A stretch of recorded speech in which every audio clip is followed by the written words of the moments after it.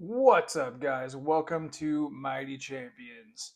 Today we are taking a look at the Monday Night Wars greatest hits set, and we are going to take a look at them, and then we are going to rank the entire wave.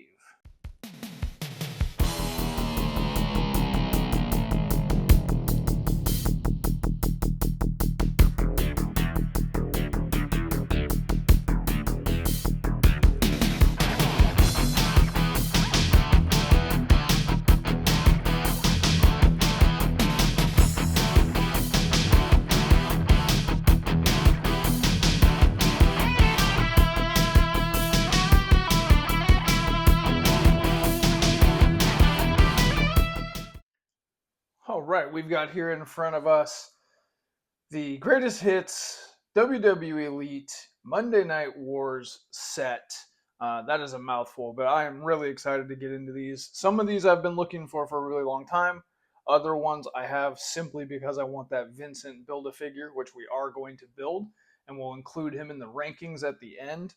We've got with us the mighty professor of science, of champions, to help us analyze these figures. While you're here, go ahead and hit that subscribe button. Subscriptions get me money, man, and I got kids. It's not true. I don't have kids. These are my kids. But I don't have any kids because I don't have any money because you didn't subscribe. So subscribe and, help me out, man. Anyways, let's dive into these figures. Let's take a look at the boxes first.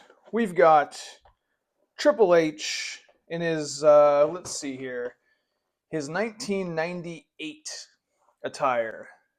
After Shawn Michaels dropped the ball at WrestleMania 14, Triple H turned to his buddies, he turned to his pals, and started a new era for D-Generation X. If you're not down with that, he has two words for you. Okay, I just noticed something, you guys. Words is like added on to the box.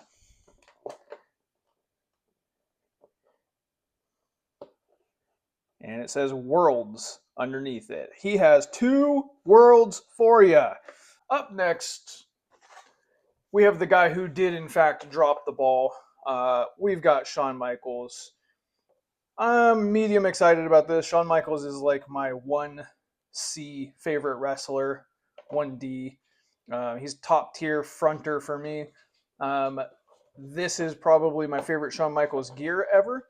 I don't love. We're gonna get into it and take a look. Where's the shoulder pad thing?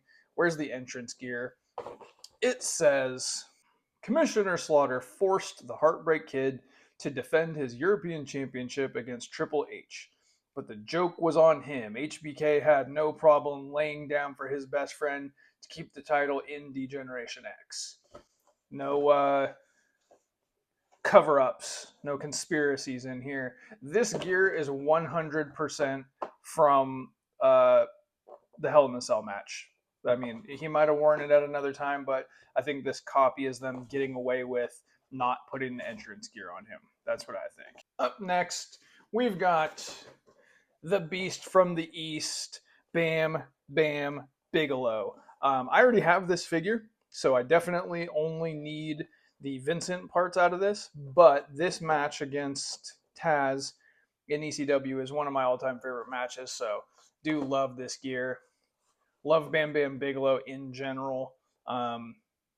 This is claiming that it's from WCW. Bam Bam Bigelow wasn't a WCW employee when he crashed WCW Monday Nitro. He stormed through security, destroyed backstage, and took over the program to call out Goldberg and prove he's the Beast from the East.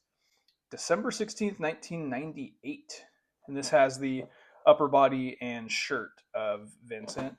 I might need to go back and watch the December 16th Nitro. That actually sounds interesting to me. Eddie Guerrero. This is probably a keeper for me just because I've got the other two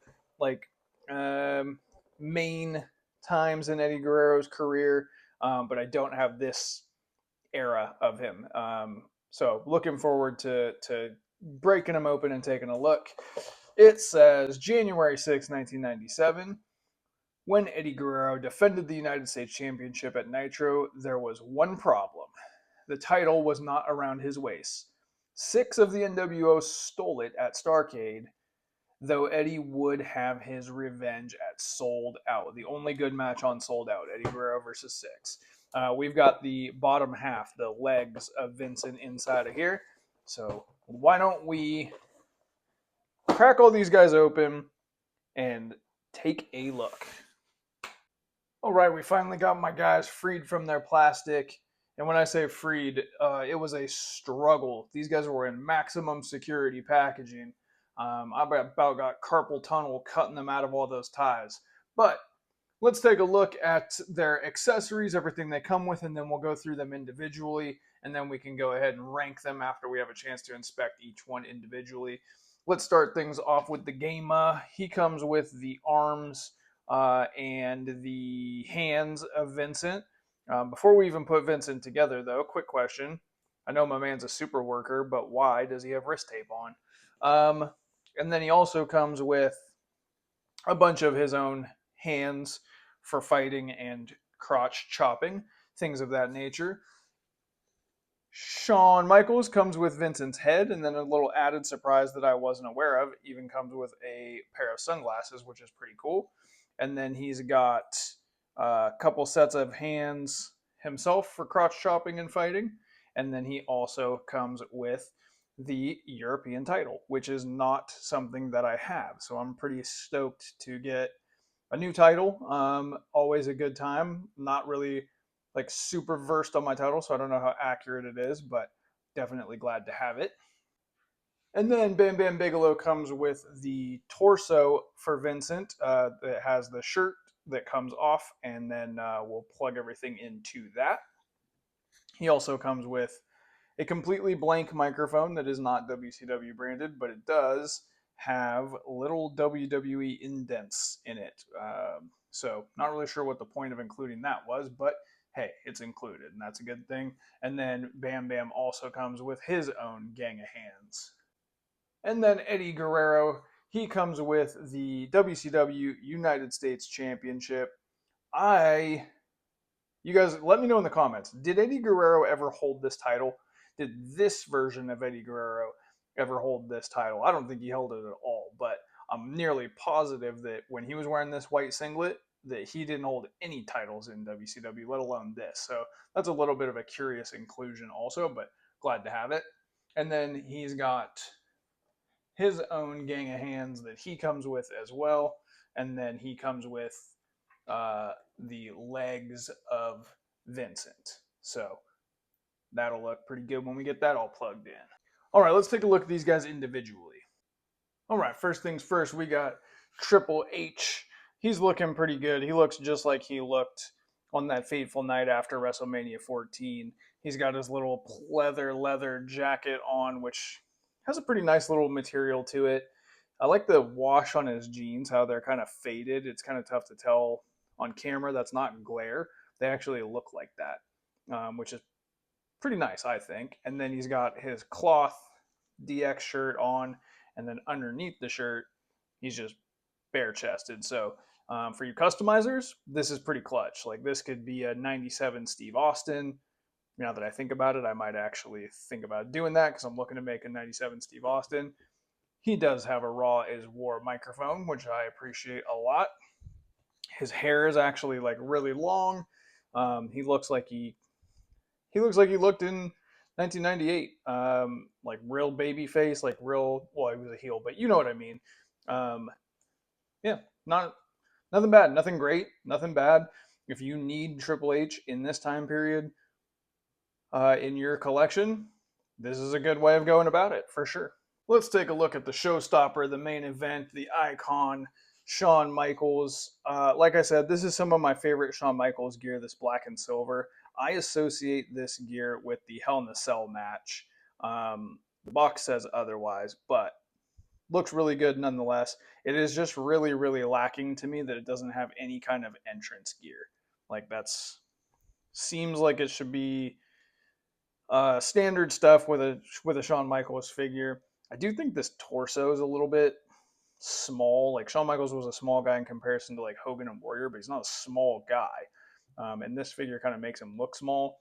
And this head sculpt to me, I think just like leaves a little bit to be desired. Like it looks like Shawn Michaels only because of the rest of the figure, but if you just handed me just the head, I don't know that I would be able to tell you that that was Shawn Michaels if I'm being brutally honest. I do like that it has knee pads because a lot of times Shawn Michaels figures don't have knee pads. So that's a welcome inclusion. And then you've got the motorcycle style boots that are, I mean, these molds are really just kick pads, but it looks pretty good. I can't complain about that. So I neither adore nor hate this Shawn Michaels. Bam Bam Bigelow, the Beast from the East, in his gray attire, not his iconic yellow, orange, red, blue attire. This is like his ECW and evidently WCW. I must have changed the channel by this point. Attire. I already have this figure. It came in the Legends line, I want to say, with the ECW title. There's probably some differences. I would imagine, maybe in the articulation, maybe in the face and the true effects or something like that. But nothing stands out to me that I can see that is wildly different. It's a really good figure, and I'm glad that I have it. But I definitely don't need two of them. But we will be ranking this bad boy. Here we have Eddie Guerrero prior to his household name fame. This is like not quite WCW debut, but not too far after that either. This is like right when he started to make a name for himself in North America. Love this version of Eddie Guerrero. Love this time period. I will say with this figure, as soon as I picked it up, I noticed that it was pretty wobbly. And then also, it's kind of tough to pick up on camera. This foot is like bent, and I cannot get it right. So he has like a limp. He has like drop foot. And so love Eddie Guerrero. Love this time period. Uh, I don't know if it's just my Eddie Guerrero or if the Eddie Guerreros in this set are just kind of floppy and kind of poorly constructed, but it looks great. It definitely looks really good, but let's see where he ranks out after we take a look at Vincent. All right, there he is, Vincent Virgil Soul Train Jones. One thing you guys need to know about me is that I'm a huge NWO fan, and to be more specific, I'm a huge NWO B Team fan. Gimme Vincent, gimme Buff Bagwell, gimme Scott Norton, gimme Brian Adams. I love those guys in that time period. There's just something about them. They're just like the unsung heroes. I don't go into the C and D team of NWO, but love the B team. Love this figure. I wasn't expecting the sunglasses. It really turns it from Virgil to Vincent for me. The shirt looks great. The pants, like the legs, look really good. Underneath this shirt, he is shredded. This is a perfect fix-up customization fodder figure for you guys. If you want to grab just the ones minus the head, or even if you can get a skin tone match, just use the body. Like this is a perfect customizer's dream, but this looks pretty good. All right, why don't we rank these bad boys? Coming in at number five, 1, 2, 3, 4, 5. Coming in at number 5 is Eddie Guerrero. It hurts me to say it, but I love the way that this figure looks, but the construction of it, and maybe it's just mine. If it is just mine, then let me know in the comments. I'll upgrade this bad boy, but mine is very poorly constructed, so breaks my heart to say it, but Eddie Guerrero has to come in at number 5.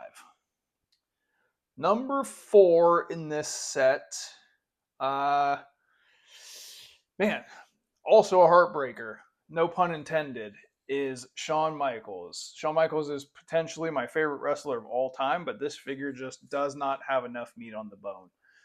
There's just not enough going on there. There's too much stuff that feels flat and painted on.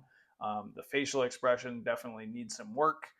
I don't hate the figure by any means, but in this ranking, he just ain't it. So he's number 4. Number 3 out of these figures, I am going to go with the game Triple H. Nothing great about this figure, nothing bad about this figure.